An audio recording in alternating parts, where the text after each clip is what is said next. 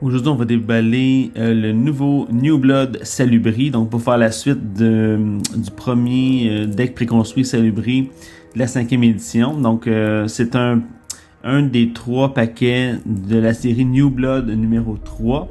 Donc, il comprend Salubri, Tzimisce et puis Ravnos. Donc, le deck comprend 6 vampires. Donc, c'est un deck de débutant. C'est pour apprendre les rudiments du jeu. Il y a 6 vampires et 48 cartes de librairie. Il y a beaucoup de cartes qui ont été réimprimées, mais il y a aussi certaines nouvelles cartes à l'intérieur, donc on va regarder ça ensemble. Donc, on commence avec la carte de présentation qui présente le deck de New Blood Salubri. De l'autre côté, il y a la Quick Reference Chart avec l'ordre de tour. Qu'est-ce qui se passe dans un tour, les disciplines, les différents clans, les autres symboles, ainsi que une invitation d'aller sur Black Chantry Rulebook pour aller voir les règlements du jeu si on veut avoir les règles complètes. Et on commence avec les 6 Salubri. Donc Abaddon, c'est un ancien vampire qu'il y avait dans l'autre set, donc je m'attendrai pas sur lui beaucoup. Barakiel, lui, il est nouveau, donc c'est un indépendant. Il a Fortitude, Dominate, Aspects à supérieur avec Animalisme. Il peut rentrer en combat as the action avec un autre minion. Donc, un Barakiel. On a Geneba. Elle a Fortitude, Dominate, Aspects, Animalisme à supérieur avec Obfuscate à inférieur. En combat, les cartes de combat de l'opposant coûtent un blood de plus ou une life. Elle a plus un stealth tout le temps. Un vampire de 9.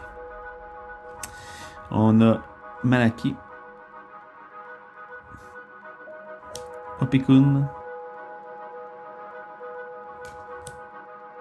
Sakar. Ça, c'est des vampires qui étaient dans l'autre édition.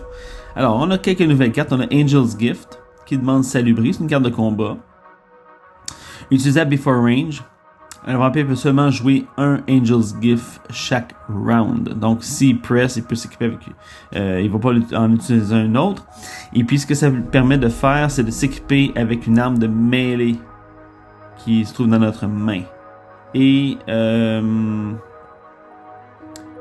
on peut aussi jouer cette carte pour avoir le deuxième effet, qui est durant ce round, il va avoir un optional maneuver seulement pour aller à close range. Donc c'est seulement un par round par exemple. Donc on peut s'équiper au premier tour pour ça l'utiliser au prochain round pour manœuvrer.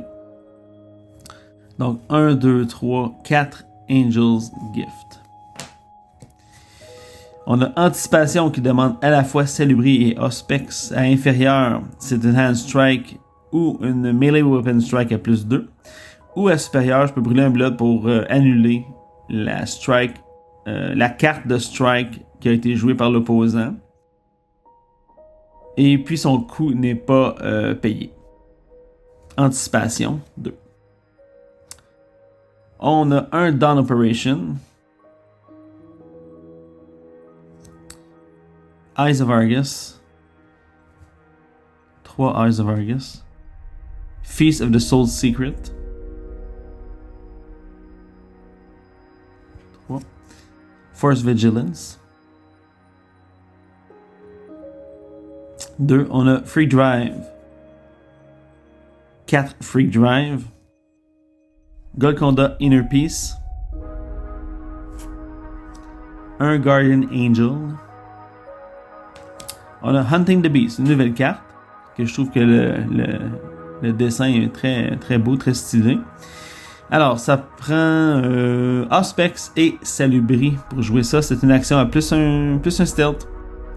Auspex à inférieur, on peut entrer en combat avec un vampire. Donc, à supérieur, c'est la même chose, mais à la fin du combat, si ce vampire-là, donc le vampire qui joue la carte, est toujours ready et que le vampire opposant ne l'est plus, c'est que si on l'a envoyé en torpeur, ou s'il est brûlé, on va ajouter 2 bloods à un Salubri dans la Uncontrolled Region. Donc, ça permet d'aller chercher d'autres Salubri.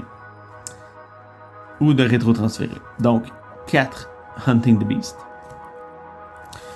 My Enemy's Enemy pour bloquer et bouncer. 2.